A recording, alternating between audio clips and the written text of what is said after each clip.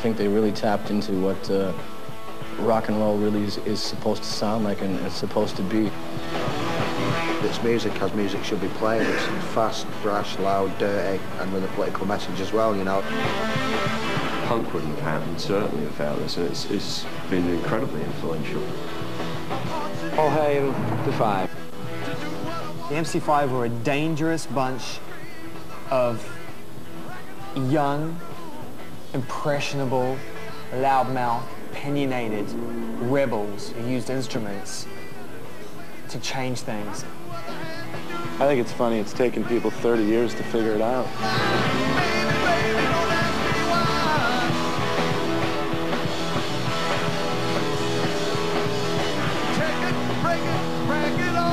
Crash it back together again. 3 years after they self-destructed, the remaining 3 members of what will be forever known as the MC5 came back together and for whatever reason decided to pick up their instruments and play their music again. 2 members of the MC5 dead, but the 3 surviving members putting on this show and getting in, you know, people like Lemmy and, you know, people like Ian Astbury. And you know, we want to kick out the jams tonight, you know? And, probably one of my favorite 60s punk bands, you know? And the fantastic thing about them was the buzz about it, the kind of excitement that it created. You know, tickets going for sort of in excess of, you know, 300 quid. It's sort of outside the 100 Club on, you know, London's Oxford Street. Everyone in town is going on about them at the moment. So I really, really hope we're going to get in. We're not going to give up, you know? Definitely. Keep trying. Yeah. If you got in? This is not a reunion of the MC5. We're just here to celebrate the work of the MC5 and celebrate these songs and these ideas, you know, and try to carry this message to the generation today. I don't know what I'm gonna say, so let's play. Gotta keep moving. Teachers,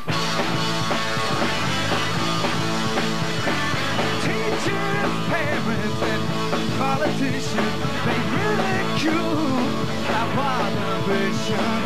Settle down, son. Live decently. Are you riding in chains before you're 23? But they don't know they're stuck in the past. Can't stop it now, couldn't move too fast. Presidents, preachers, and ladies too swear on the Bible was best for you. Alabama, Vietnam, missiles on the moon, and wonder why the kid shoot it up so soon.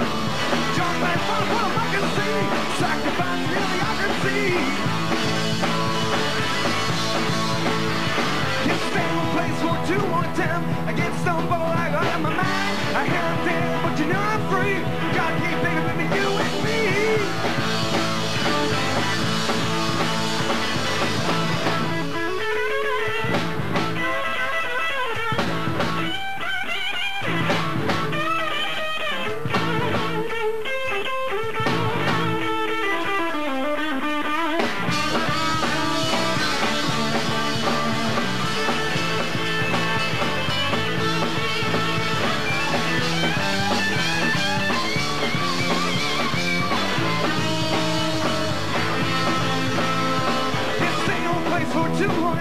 I get some boy I got on my mind. I hate on pain, but you know I'm free.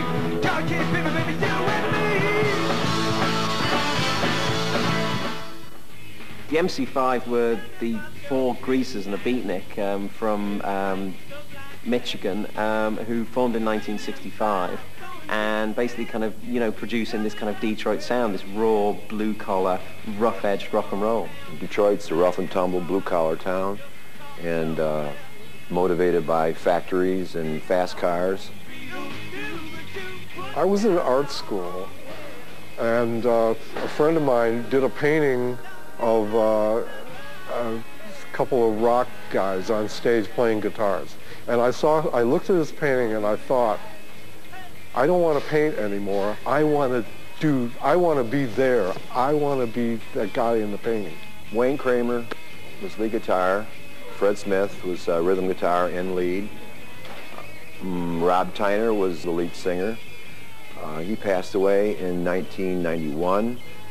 Fred Smith passed away in 1994. God bless both of their souls. Michael Davis is the bass player. We were like a hit team, a SWAT team. And that's exactly how we pretty much approached life at that time. They were in complete contrast to the whole kind of hippy-dippy flower world of San Francisco, because they came from an industrial town and a town with its musical basis in the blues and black music. You have to remember the era now. The era is all about sex, drugs, and rock and roll. Dennis gets the name Machine Gun Thompson not just because it's cute and fits, but because he is the machine gun. Wayne is the guy that pushes the thing in the experimental direction. He's the guy that wants to find out more of what's in that sound world. He's a passionate, intense player, and it means everything to him to play music. I mean, I'm a professional musician, I'm a songwriter, and I'm a record producer, and I run a record company, and so this is a daily activity for me. I'm your man, your man. That's the one. You're up there? We're here rehearsing today in London for a performance next week. That's a celebration of the music of the MC5. I'm your man.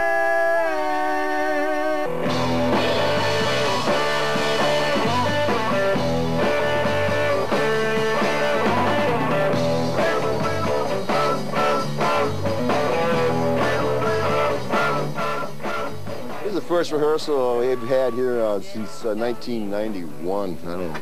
What is that, fellas? 12 years? 12 years, yes. First rehearsal feels great. Got to keep it up 'cause I'm a natural man. A born hellraiser. I don't give a damn. You don't forget these songs. There's like muscle memory, you know? It's like muscle memory. If I think too much, I won't be able to do it.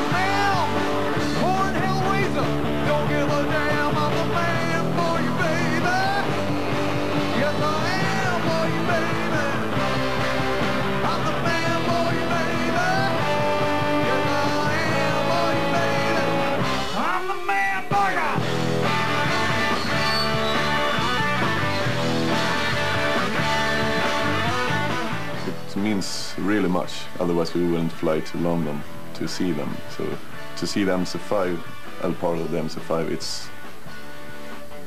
right about now, it's everything. We've been looking forward to this for a long time. When we got the mail from a friend in Denmark, Anders, I was like, hello, this guy joking. Yeah, right. Yeah, I'm sure it's gonna be a real big party anyway. But where we come from, we are the only people with long hair and look like the way we do. Yeah. So we're in our own heaven when we arrive at the 100 Club here in London. There's actually a person coming from Japan to see them. Yeah, there's coming a girl from Japan. My name is Yukiko Akagawa. I came from Japan to see the MC5 for autograph for the Dennis Thompson. This is he. 1, 2, 3, 4. Ooh. Now keep it going. Now keep it going. Now you guys over here. It's all night, it's all right. I'm standing here before you, mama, soaking wet. You think you're satisfied, you ain't seen nothing yet. I said, wham, bam, thank you, ma'am. A born hellraiser, I don't give a damn. I'm the man for you, baby. Yes, I am for you, baby. I'm the man for you, baby. Yes, I am for you, baby. I'm the man for you. I think people are fed up with all this manufactured corporate rubbish that's about, aren't they?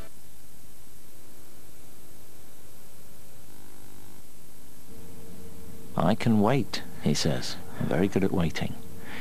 And he certainly is. That's naughty. Meanwhile, back in the hallway, well, here we are. Oh, is it just me? Well, things getting a little bit tense. Yes! That's a real apple drenching! 6.4! Woof! You know when you've been tangoed.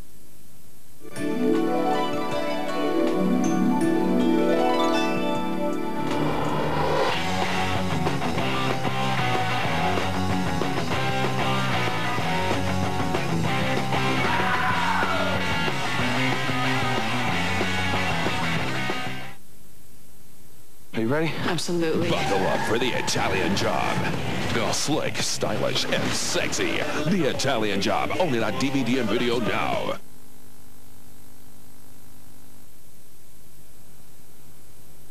What I'm doing here is I'm singing 3 songs of the MC5, so I'm a lucky man. Oh, come on! The kids want a little action. The kids want a little fun. The kids have to get their kicks before the evening's done. 'Cause they're listening to high school. High school. High school. Hey, hey, hey, you better get out of the way. Ha!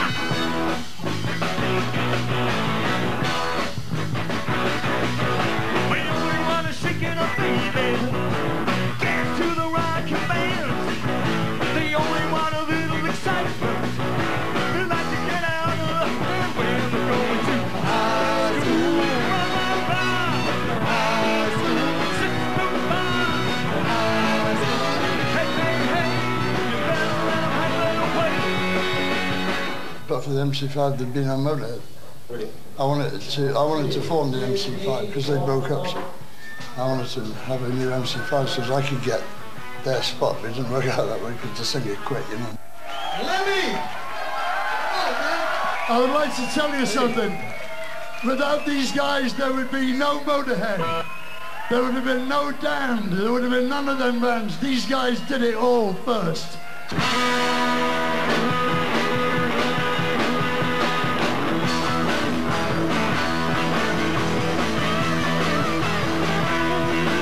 Sister, and don't give a damn about it. Revolution, liberated woman, to solution, she's a dinosaur. She's up in the world, gonna make it on her own, we say. She got a heart of gold, learning to make it so. Dances in the highway. She ran, you know she ran. You know she ran. She's my sister Anne. Such beauty, such purity. Good night and take the man that's to do them around. We should like to try some of the dead. Anything that made her have a mama too. Do what she says, she'll take help of you. She ran. I know she ran. I know she ran. She's my sister Anne. Seems the MC5 is name-checked a lot. White Stripes and the Strokes and the Hives. Ultimately, the reason the MC5 is so influential is because they suffered for their art, and you know, it's a sad.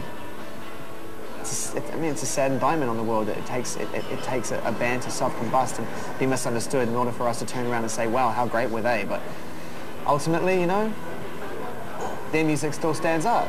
The MC5 represents a kind of uncompromising stance that is held up pretty well, generation by generation, and each new group of musicians seems to discover the MC5 because the MC5 was never successful in its day. You know, we never pulled the golden horseshoe out of our ass. You know, we never sold millions of records. It's a perfect time for the MC5 to come back because you've got, you know, what you could call a new rock revolution with bands like sort of, you know, the White Stripes sort of being at the vanguard, and, you know, even bands in Britain like the Libertines, because once again it's like you need bands who are kind of antidotes to kind of that very sort of squeaky clean sort of manufactured pop that we've got going on elsewhere. The MC5 sort of made it okay for younger bands to be reckless and still maintain their integrity.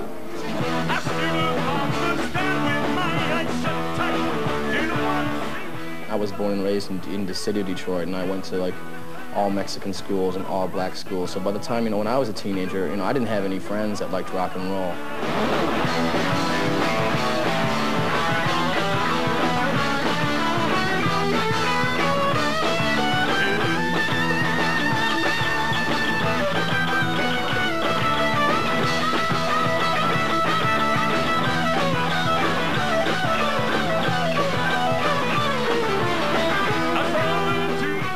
Well, the song Looking at You, to me, that was the first guitar solo I ever learned how to play. I sat down and learned how to play the exact notes of Looking at You. And that song I just would not stop listening to, about 16 years old or something like that. And it was just, that was it for me. That was just rock and roll, 100% A+ rock and roll, top drawer. And that solo, I just wanted to live that guitar solo.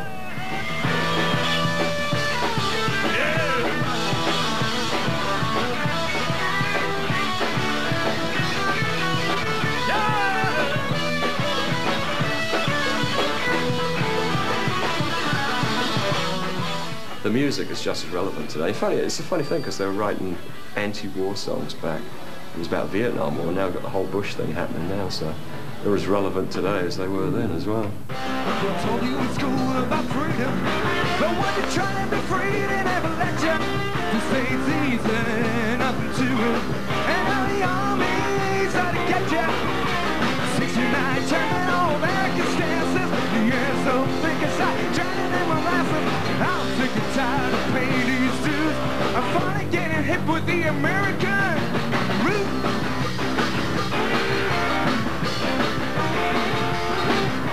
Detroit in the mid-60s was this center of kind of like racial disturbance, and at the same time kind of like young kids being sent over to Vietnam to fight and kind of war protest.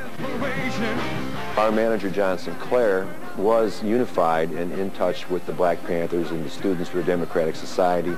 We sort of got labeled the band that was taking the stance for the counterculture. And the fact that there was this band who were in tune with that, were in tune with ideas of revolution, and were making a kind of noise that was kind of, part the noise of a car factory and part the noise of war. We played at the Democratic National Convention where the riots were in Chicago, and we were the only band to play, the only band to show up. There were helicopters overhead, and there were half-tracks and armored cars and mounted police with 4-foot batons.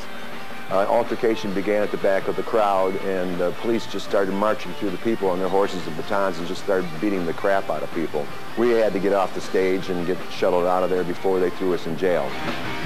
Or the fact that they had this soundtrack of kind of like revolution and disturbance, it kind of sealed the fact that they were this kind of vanguard for a revolution, because they were making the soundtrack to protest and alienation.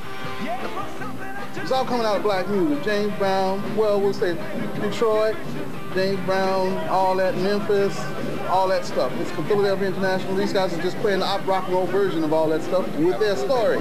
We had a party called the White Panther Party, which was simpatico at the Black Panthers' stance. When G. Gordon Liddy read White Panther propaganda about this rock band that wanted to tear down everything that would keep people from being free by any means necessary, he took us seriously. Once they started getting arrested, once they realized that they were on kind of FBI lists and they were being monitored, and once they started getting, hassled by the police, they realized the power that they had. Something that began as a teenage joke became something that was actually a threat to society. You'd pick up your phone and you'd hear and you'd be talking to someone, or you'd be sitting in your house and the police would pull up and they would shine spotlights on you and run their sirens in the middle of the night,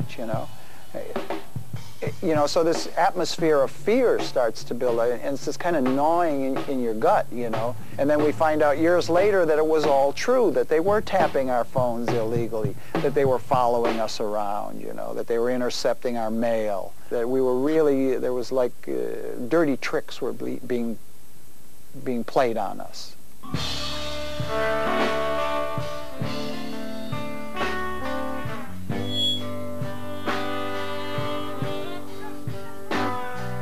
One of the weird things about the MC5 is so much of their kind of like later story is played out in London.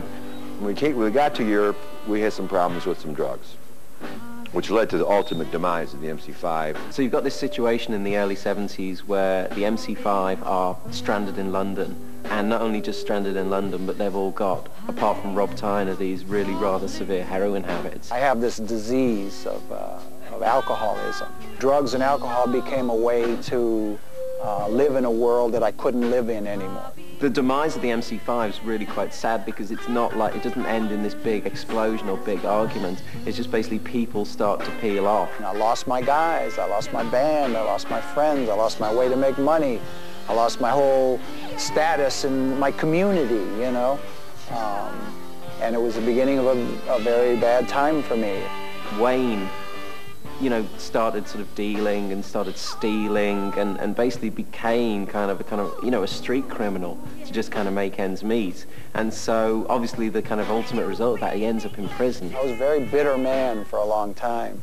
And, you know, I was really resentful of other people's success. You know, I would see young bands come up and maybe they would have the hair that I had when I was younger, the clothes. They'd move on stage like I used to move, and it burned me up, you know. I see, wow, these people, they ain't shit, you know. I was better than that. Nobody knows. And it would just feed on itself. I was very bitter. I was very angry. And it took finally coming to grips with the grief and the loss, you know. And when Rob Tyner died and when Fred Smith died, I really had to accept that loss. Today, I've found a way to live where drinking and drugs aren't necessary. Right now it's time to kick out the jam, motherfucker!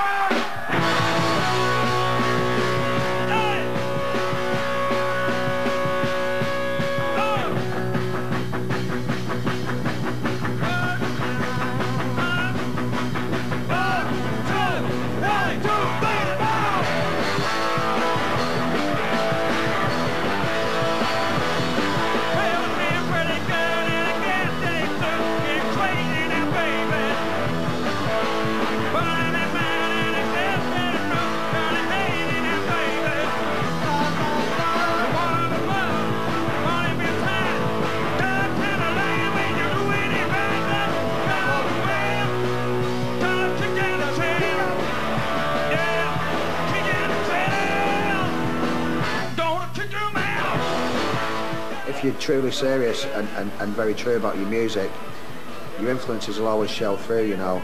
You should never try and hide them, you should celebrate them, kind of thing. And we celebrate the MC5 for just that reason. They are the band why I got into rock and roll music. MC5. It's got that feeling, it's that pure, adrenaline energy. The first album that the MC5 did for Electric Kick Out the Jams was basically a live show that they'd been playing for about the last 2 years. The cool thing about that album is that you feel like you're there. It just jumps at you, totally jumps at you. It really changed me totally. It just made me think, Christ, you know, you don't have to rely on studios to make great music. Kick out the jams, motherfuckers. Basically, if you're not good enough to stay on the stage, then fuck off. You know, was the whole kind of philosophy behind them at the time. At its highest, the MC5 represented the possibility that we could change the world with our own hands. Whatever we did, we started something that just won't go away. This is something I've been waiting for 30 years. I wish I was Superman and I would fly so fast that I could turn back time and see it again. Maybe we could fly. It was a moment my dream came true. This was the best day of my life.